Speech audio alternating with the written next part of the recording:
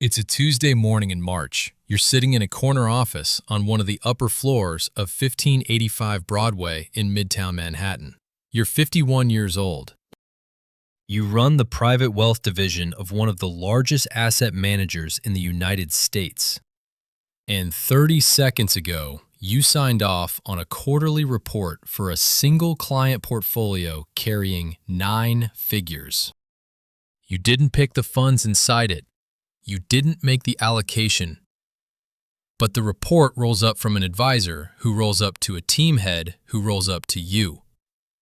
43 advisors, 600 client relationships, roughly $18 billion in assets under management, all of it routing, in the end, through your signature.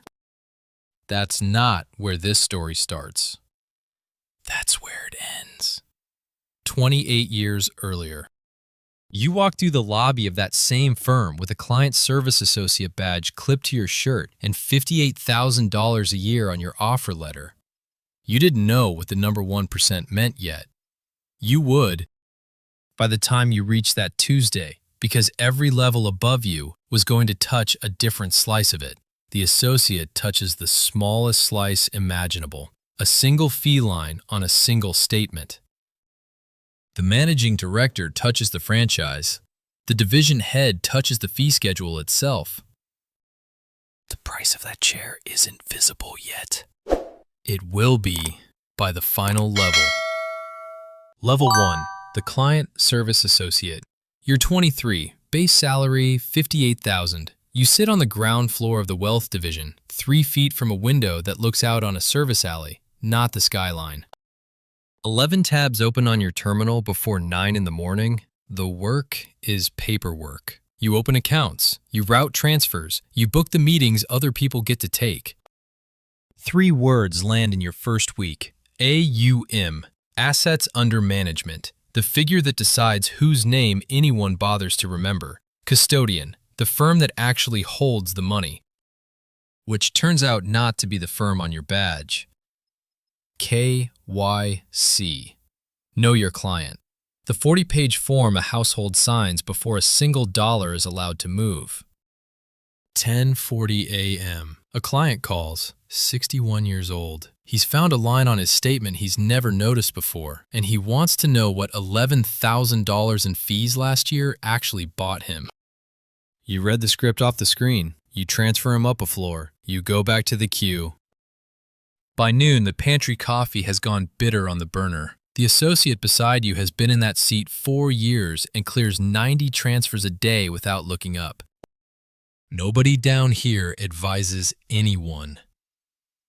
You operate the pipe the money runs through.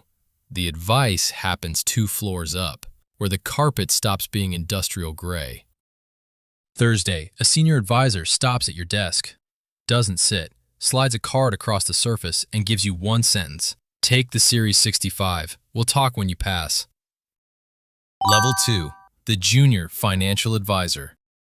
You're 27, passed the exam 14 months back. Your base dropped to $52,000, but commission drags you up to around $110,000 in a year that goes well. For the first time, you have a book of your own. 31 households, $4 million between all of them. The smallest book on the floor, and everyone on the floor knows the number. Now the pressure wears a figure. $150,000 in net new assets every quarter, minimum, or the seat goes to someone hungrier. 60 calls a day. You pick up the language of staying employed. Fee-based account, the arrangement that pays you a slice of the assets every single year, whether the client's money grows or bleeds. A UM fee, that slice, quoted as a percentage small enough that nobody flinches. Trailing commission, the money that keeps landing in your account long after the sale is done. Suitability, the one word that decides what you're allowed to put in front of someone. And here you run into the thing the lobby never mentioned. A training room on the 4th floor, 2 products on the table, both a clean fit for the same client.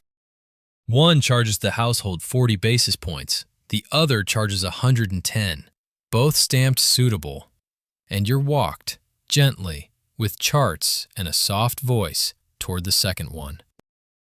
You close it, the commission hits your statement. It feels like winning, a clean win, the first time your manager has nodded at you in a hallway all year. And underneath the feeling, the engine shows itself.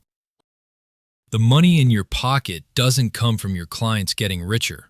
It comes from their money sitting still, parked inside the system, paying out its slice every quarter it stays put. One household walks that spring.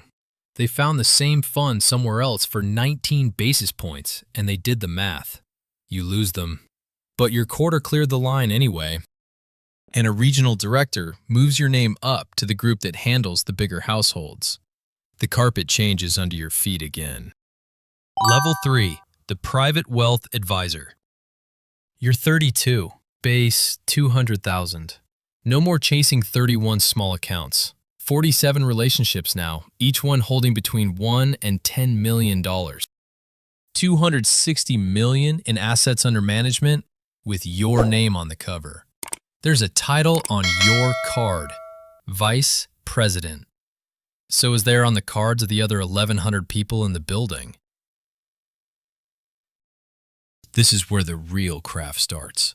And the craft has nothing to do with investing.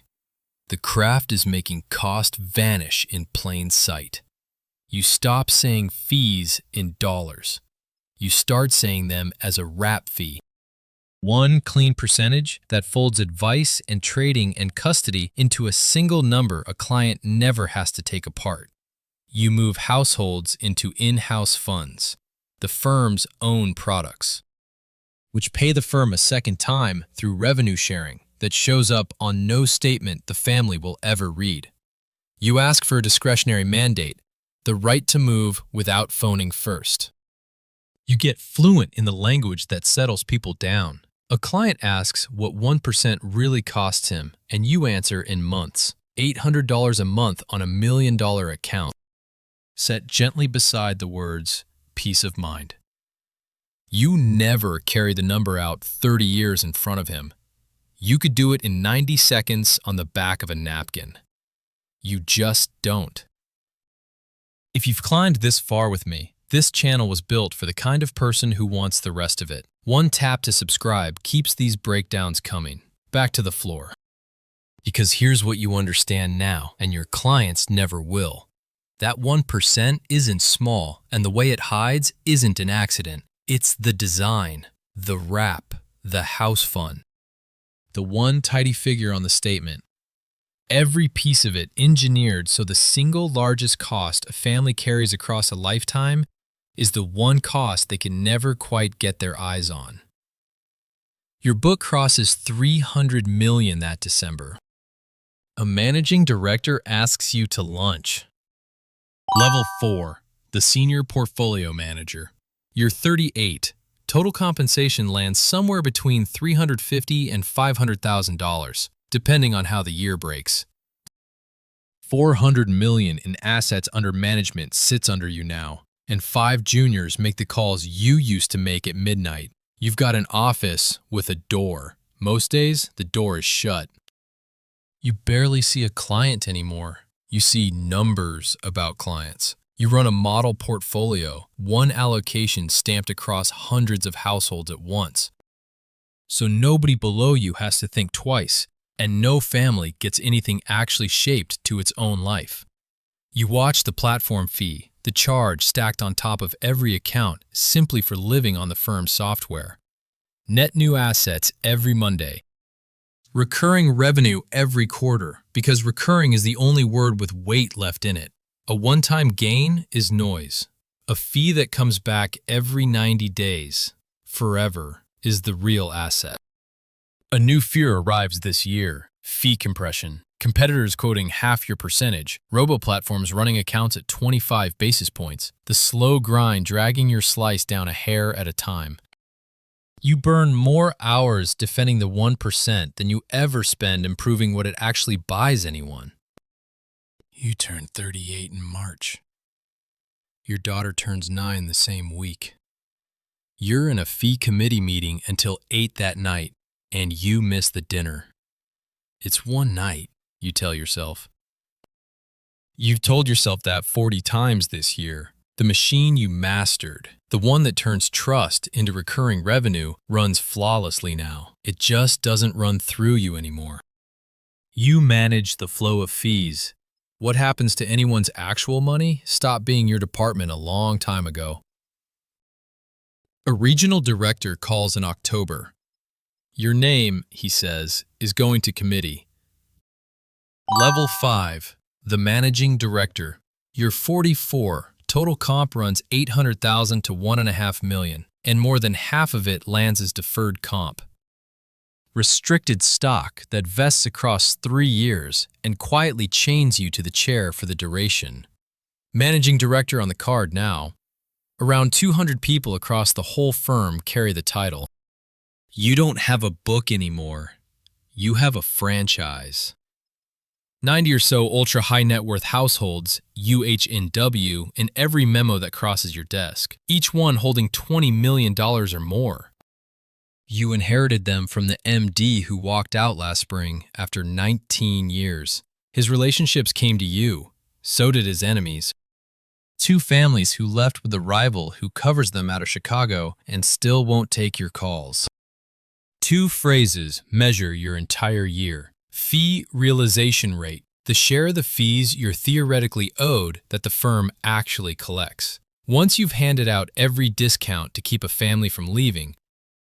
And share of wallet, how much of each fortune sits with you instead of the 3 other banks the family also keeps on speed dial. You spend the year hauling the second number up and refusing to let the first one slip. If you've made it this far, you already see more than most people who spend a career inside this industry ever do. 1 tap to subscribe keeps the lights on here. Now the last floor, because somewhere this year, in a quiet half hour, you finally do the thing you've ducked since you were 32. You carry the number all the way out, 1% on 20 million compounding across 30 years, set against a portfolio that would have grown on its own anyway. The fee alone eats close to a quarter of everything the family would have ended up with, and the whole roll turns inside out in front of you. You don't serve these 90 households. You serve a fee realization rate the platform hands down, and the families are just the units it gets measured in. Trust turned into a metric, and you turned into the person paid to optimize it. December, the phone goes again. Not a director this time. A voice from the executive floor at 1585 Broadway. They want you to run the entire private bank. Here's what none of the 6 floors let you see on the way up. 800 miles from 1585 Broadway, in a low gray building outside a city most of your clients couldn't find on a map, there's a person you have never once met. No title you'd recognize on a card. Call them the platform architect. They're 49. They've never opened an account. Never made a quota call, never sat through a client dinner, never carried a book, never climbed a single rung of the ladder you spent 28 years climbing. They work down in the custodian and the clearing layer, the machinery that actually holds the assets every advisor upstairs only ever talks about. There are no households in their day. They come in, pull up a spreadsheet of fee schedules, and move a handful of numbers by 2 or 3 basis points apiece. Those moves drop down through the system on their own.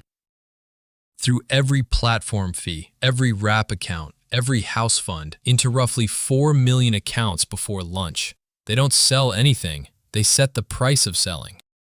And here's the number that takes the legs out from under everything you built. That 1%. The one you spent a whole career defending and softening and explaining away, compounded across 30 years. Quietly swallows close to a quarter of a client's final wealth. You always assumed the biggest piece of that flowed to you and the advisors stacked below you. It doesn't. The single largest cut goes to the platform and the custodian, structured by the person you've never met, on money they never raised, off clients they will never speak to. You climbed 28 years to put your hand on the AUM. They never climbed at all. They own the ruler the whole thing gets measured against. The person at the top of the tower isn't the one who controls the money. The person at the top of the tower is the visible face of a machine somebody else designed, and the one who designed it never had to climb a single step. On the ground floor tonight, a 23-year-old client service associate is processing a fee disclosure form. $58,000 a year. 11 tabs open, the alley out the window. He doesn't know yet what the chair he keeps glancing up at is going to cost him. By the time he understands it, he'll already be sitting in it. There is no 7th floor where the fee finally disappears. The fee was never one of the steps. The fee is the staircase. Clarity was never a matter of climbing higher. It was a matter of seeing who owns the ruler. Watch the next one if you want the same machine from the other side. The floor where 1% stops being a percentage and turns into a number with 10 zeros behind it. Subscribe, and we keep taking the architecture apart.